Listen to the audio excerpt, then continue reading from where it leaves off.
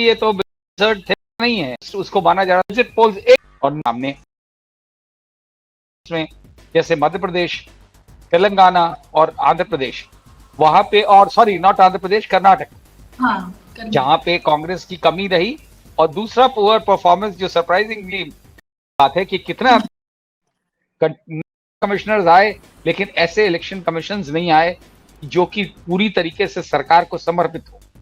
अभी भी इसीलिए सारी पॉलिटिकल पार्टीज को नजर रखने की जरूरत है, क्योंकि याद रखिए ये मोदी है, और मोदी है तो कुछ भी मुमकिन है।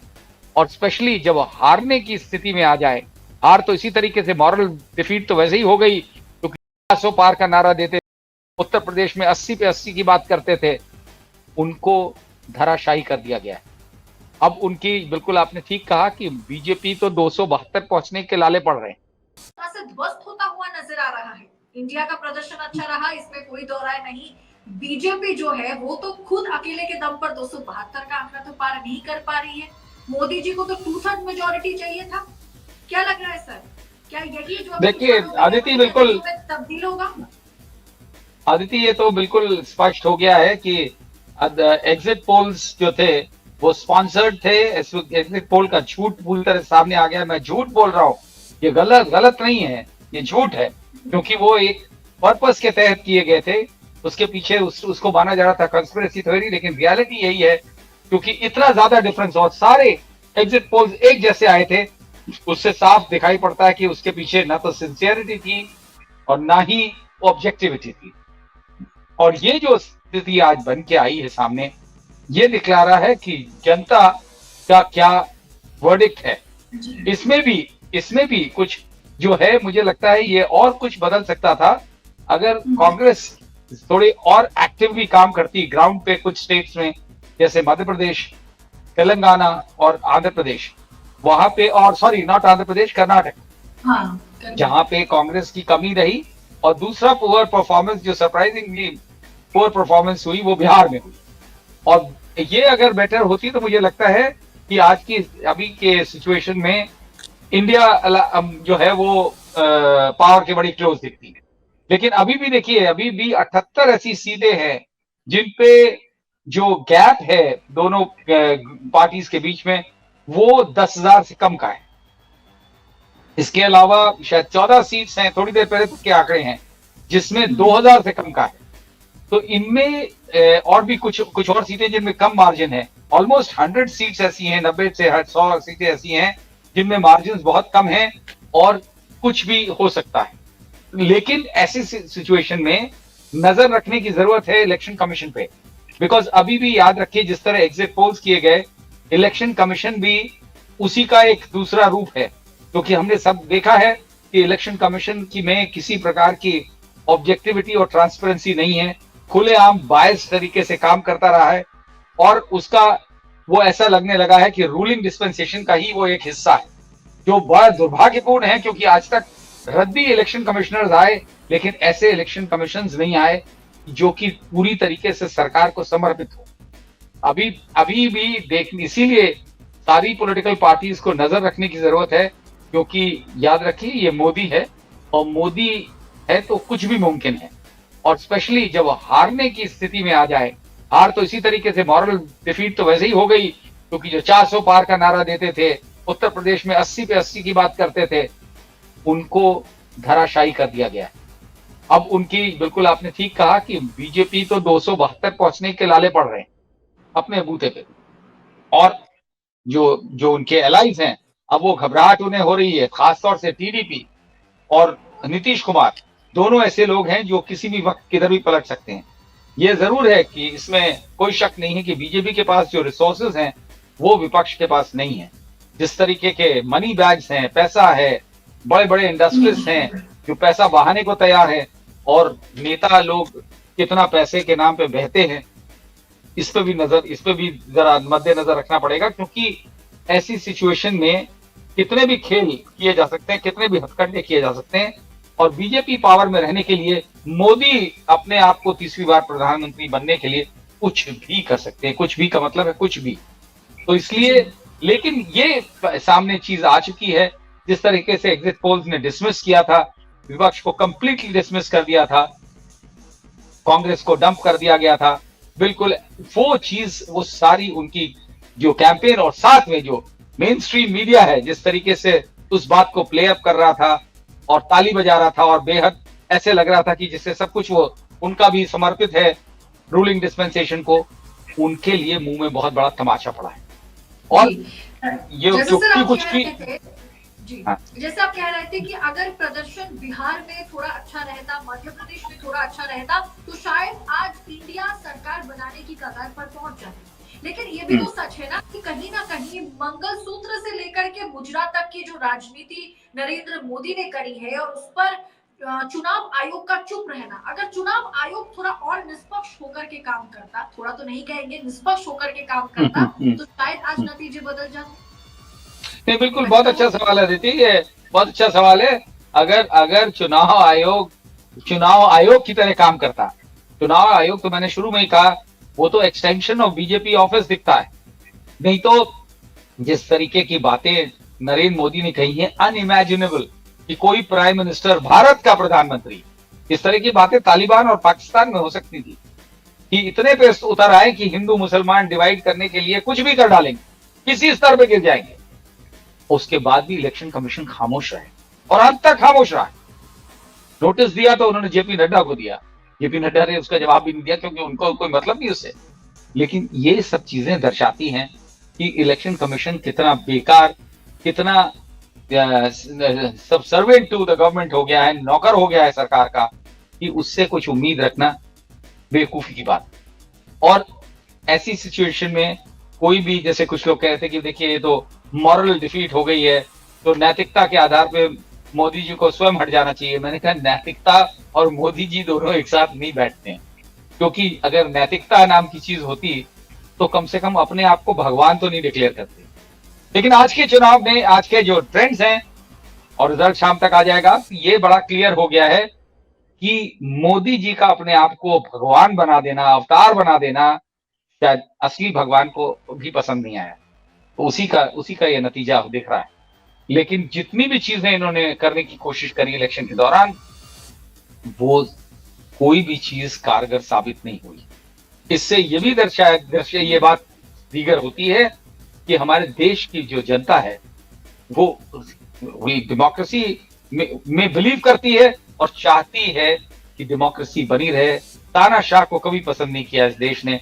इंदिरा गांधी ने जब ये टेंडेंसी देखी गई थी 1977 में, उनको भी इसी तरीके से डिफीट फेस करनी पड़ी थी।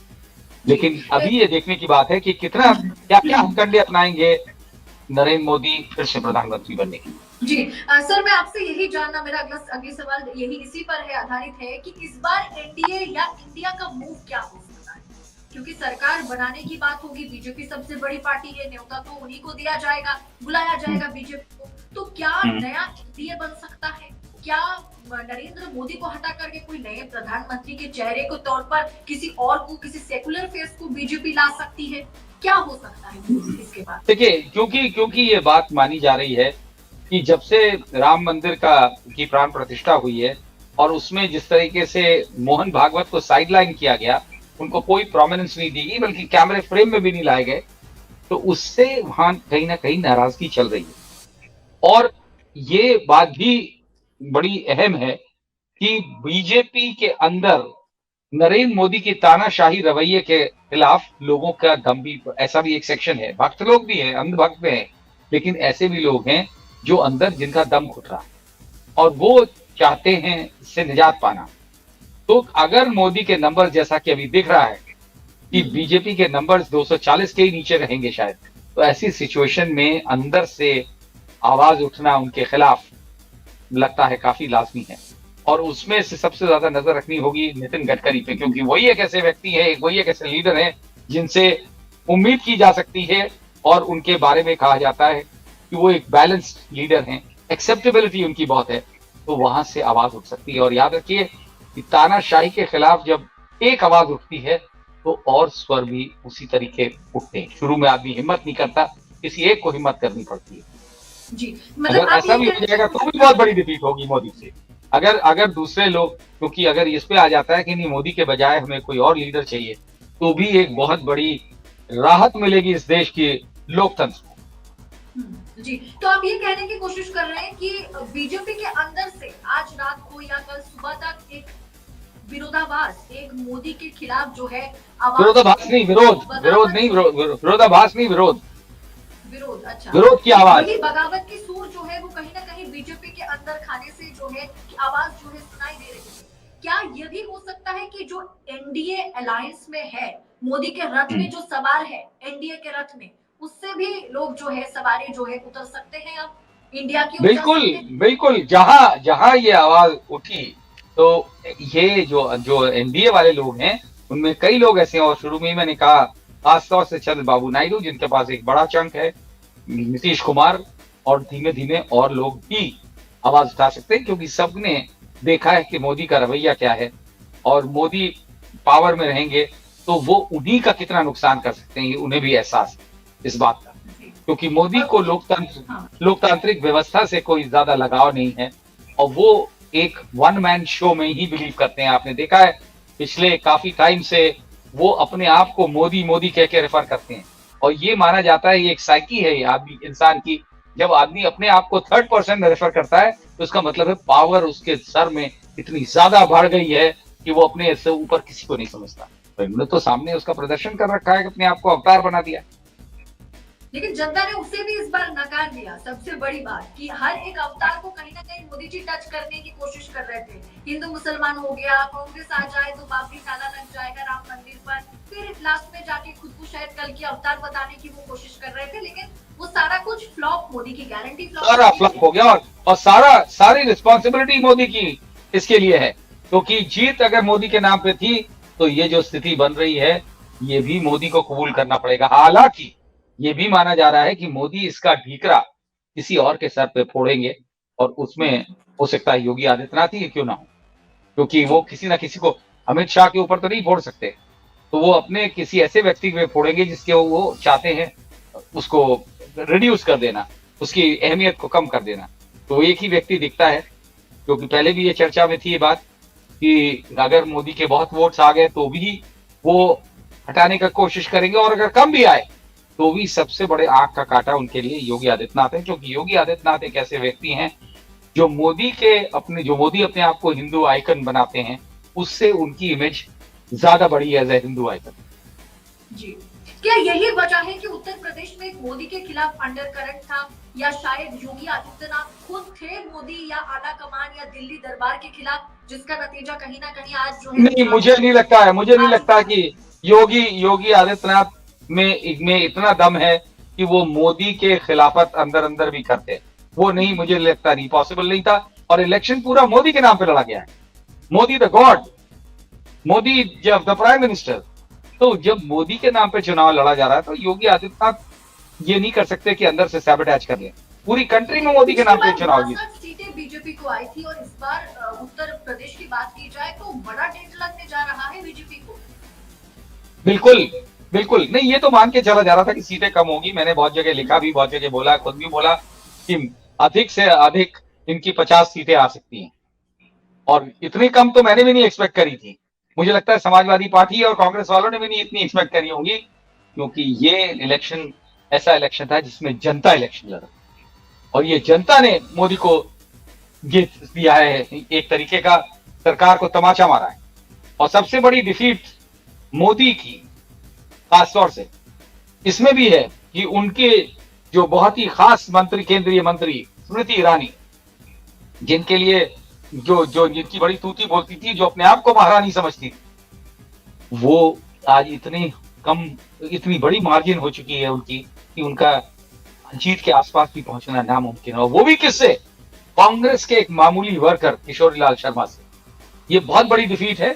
हालांकि ऐसा प्रतीत होता है कि मोदी को इस बात का एहसास था, इसीलिए मोदी बड़ी स्ट्रेटेजिकली वहां पे एक बार भी रैली एड्रेस करने नहीं गए, चाहे वो उनकी कितनी चहेती हो, लेकिन वो गए नहीं वहां पे। तो ये एक बहुत बड़ी एक डिफीट होगी। दूसरे जो अजय मिश्रा टेनी, जो लखीमपुर से जो controversial home minister of state for home रहे हैं, और अमित शाह और मोदी के बड़े खास हैं, उनके लड़के ने रौंद दिया था 4 किसानों को, लेकिन उनके खिलाफ कोई कार्रवाई नहीं करी गई अजय वो भी ट्रेल कर रहे हैं आज की डेट में। ये सारे फैक्टर्स जो हैं ये मैटर करते हैं। जितनी भी जिस तरीके की हवा बनाई थी इन्होंने, कई मोदी के खास खास लोग जो हैं वो बड़ी बुरी स्थिति में हैं यूपी में। जी, अगर स्मृति ईरानी की चर्चा की जाए, पिछली बार राहुल गांधी को उन्होंने 55,000 वोटों से हराया और अभी वो खुद 1 लाख वोटों से अंतर से पीछे चल रही हैं। ये तो बहुत बड़ी हार हो जाएगी, बहुत बड़ा तमाचा हो जाएगा। बहुत बड़ा तमाचा है। इसीलिए देखिए, सबसे ज्यादा अगर कोई विचलित था जब जब राहुल गांधी ने अपने डिसाइड किया रायबरेली से लड़ना, तो वो स्मृति ईरानी थी। क्योंकि स्मृति ईरानी ने ये सोचा था कि एक बार उन्हें हरा चुकी है और दूसरी बार बीजेपी की स्ट्रैटेजी ये थी कि अगर राहुल गांधी वहां से लड़ेंगे तो फिर राहुल गांधी कहीं और जाके कैंपेन नहीं कर पाएंगे, तो वो फंस जाएंगे वहां पे। और ये बहुत ही मास्टर स्ट्रोक था राहुल गांधी का। ये आज मैं नहीं कह रहा, मैंने उस दिन भी कहा था कि बहुत बड़ा मास्टर स्ट्रोक है। इससे जो अमेठी का इलेक्शन है वो जीरो हो जाएगा। अमेठी में ये स्थिति हो गई कि मीडिया कवरेज तक नहीं होता था। स्मृति ईरानी हाथ जोड़ती थी मीडिया वालों के, वही चमचा मीडिया, वो भी नहीं आ जाता था उनका कवरेज करने, क्योंकि वो इलेक्शन नॉन एंटिटी बन चुका था। तो स्मृति ईरानी के लिए बहुत बड़ी चोट रही है। और राहुल गांधी ने एक मास्टर स्ट्रोक चला और वहां पे तो कोई डाउट ही नहीं था। रायबरेली में तो स्वीप कर रहे हैं, 2.5 लाख से ज्यादा का मार्जिन हो चुका है। दूसरा, राहुल गांधी को एक और बड़ा क्रेडिट जाता है, जो कि सब मान रहे हैं, आज एक्नॉलेज कर रहे हैं। राहुल गांधी ने वो पॉइंट पिक किया था कि जब ये बीजेपी के 4 इंपॉर्टेंट लीडर्स ने ये कहा कि हम 400 पार इसलिए चाहते हैं क्योंकि हमें संविधान बदलना है, उनमें से एक महानुभाव ये भी बोल पड़े कि ये हमें हिंदू राष्ट्र बनाना है और हमें मनुस्मृति को लेके आना है। ये जो संविधान है इसमें मनुस्मृति नहीं है। वो बात राहुल गांधी ने जो पिक करी कि मनुस्मृति का मतलब है केवल सवर्ण जातियां, तो उन्होंने कहा कि ये चाहते हैं आरक्षण की नीति को समाप्त कर दें, पिछड़ों को और दलितों को जो आरक्षण दिया जाता है संविधान के तहत वो खत्म कर दे। और मुझे लगता है ये बात ऐसी चिपकी है कि तमाम कोशिशों के बावजूद अमित शाह, मोदी और तमाम बीजेपी लीडर्स इस बात को अंडू नहीं कर पाए जो डैमेज हो गया। ये डैमेज कंट्रोल के लिए उन्होंने बहुत कुछ किया, लेकिन राहुल गांधी की बात वो डीप डाउन गई और ये इलेक्शन के जो नतीजे हैं इसमें रिफ्लेक्ट कर रही है किस तरीके से वो बात वहां तक गई और किस तरीके से दलितों का एक बड़ा समूह शिफ्ट किया। और खासतौर से वो, ठीक है, बीजेपी सोचती थी कि समाजवादी पार्टी में वो नहीं जाएगा, लेकिन क्योंकि समाजवादी पार्टी और कांग्रेस का अलायंस था तो दलितों को कांग्रेस की तरफ जाने में कोई गुरेज नहीं। और मायावती ने जिस तरह से अपने आप को डेमोन्स्ट्रेट कर दिया कि वो बीजेपी की बी टीम है, उससे मायावती कंप्लीटली फिनिश हो गई। हाँ, और कहीं ना कहीं बीएसपी का जो कोर वोट बैंक है वो सपा और कांग्रेस के पास पूरी तरह से ट्रांसफर हो गया। जैसे आपने कहा कि दलित जो वोटर्स है उनके दिमाग में ये संविधान बचाने की एक लड़ाई बन गई थी। अगर संविधान पर कोई भी आंच आएगा तो आंच हम पे आएगा, ये लड़ाई बिल्कुल यही स्थिति बनी है। हाँ, एक सवाल इस पर भी होगा क्योंकि राजस्थान को लेकर के इतना नहीं माना जा रहा था कि 9 से 10-11 सीटों का डेंट लग सकता है। 3-4 सीटों के बारे में बातचीत चल रही थी, लेकिन वहां पर जो अभी रुझान है उसके मुताबिक अगर 10 सीटें बीजेपी राजस्थान में गवाती है, पिछली बार 25 के 25 सीटें बीजेपी लेके गई थी, यहाँ पर भी तो बड़ी हार होगी। पिछले 2 चुनाव में 25 की 25 लेती गई राजस्थान में, दोनों 14 में भी 19 में भी दोनों बार 2500 की 2500 सीटें बीजेपी के साथ रही।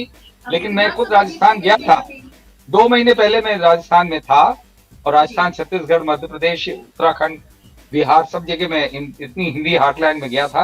राजस्थान में स्थिति बड़ी साफ थी। मध्य प्रदेश के बारे में मैंने ये लिखा था कि वहां पे चांसेस नहीं है कुछ बदलने के, क्योंकि कांग्रेस में अंदरूनी झगड़ा बहुत है। लेकिन राजस्थान के बारे में ये बात उस टाइम भी क्लियर थी कि राजस्थान में काफी सीटों पे अच्छी लड़ाई होगी और ये उस टाइम भी माना जा रहा था कि 8 से 12 सीटों पे ये तगड़ी लड़ाई है जिसमें बीजेपी को हार मिल सकती है, कम से कम 8-9 सीटों पर, और ये 10 सीटों पे हो गया है। ये दर्शाता है कि अगर अंदरूनी झगड़े खत्म हो जाए तो Congress is capable of doing this. अगर मध्य प्रदेश में अंदरूनी झगड़े कंटिन्यू नहीं कर रहे होते, ये अमित शाह, ये जो नाम है, क्या नाम है इनका, कमलनाथ और दिग्विजय सिंह, अगर ये अपने, और ये मठाधीश हैं दोनों वहां के, और दोनों ने पार्टी को बर्बाद कर दिया, नहीं तो कांग्रेस की स्थिति मध्य प्रदेश में भी इंप्रूव करती। और आपने देखा होगा आज तो गुजरात में भी शुरू में जो ट्रेंड्स आ रहे थे वहां पे भी 2-3 सीटों पे कांग्रेस आगे थी। अगर वो भी हो गया होता तो और भी बहुत बड़ा एक तमाचा पड़ता एक नरेंद्र मोदी सीट तो लगभग गुजरात में बीजेपी के हाथ से बीजेपी गवाती हुई नजर आ रही है। गुजरात की बात आ की रही जाए है तो एक सीट भी अभी भी अपने वो भी राज्य में मोदी शाह हारते हैं तो बहुत बड़ी बात है। बहुत बड़ी बात है, बिल्कुल इसमें कोई शक नहीं। जी तो सर एक सवाल ये लास्ट में रखूंगी, मैंने पहले भी पूछा था, इंडिया का मूव क्या हो सकता है, क्योंकि हर किसी की नजर जो है इंडिया अलायंस पर है कि अगर उन्हें मौका मिलेगा या शायद वो विपक्ष में रहकर कुछ अच्छा काम करेंगे या नहीं कहीं देखिए, से बिल्कुल भी कोशिश करेंगे और आजादी करना भी चाहिए, कर सकती है। सरकार बनाने की कोशिश भी करना चाहिए, लेकिन मोदी से ये लड़ाई होगी क्योंकि मोदी कोई ऐसा हथकंडा नहीं छोड़ेंगे कि किसी भी सूरत में इंडिया अलायंस की सरकार बन सके, क्योंकि ऐसी सूरत में उनको बहुत कुछ झेलना पड़ेगा, जिस तरह उन्होंने लोगों के साथ किया है और नाइंसाफियां करी हैं, जिस तरीके से झूठे केसेस में लोगों को फंसाया है, तो उनको बहुत कुछ झेलना पड़ेगा, उनके लिए बड़ी मुश्किल आएगी। तो इसलिए वो कुछ भी करेंगे, कुछ भी का मतलब है कुछ भी करेंगे। तो ये ऐसे में क्या सिचुएशन बनती है, इलेक्शन कमीशन उनकी तरफ है, सारी मशीनरी उनके साथ है और फिर भी इंडिया अलायंस ने अगर अच्छी तरीके से इस लड़ाई को हैंडल किया और जो एलाइज हैं, एनडीए के भी एलाइज हैं, उनको भी अगर अपनी तरफ करने का प्रयास कर लिया, तो मुझे लगता है कि कोई ताज्जुब नहीं होगा कि मोदी प्राइम मिनिस्टर ना बन पाए।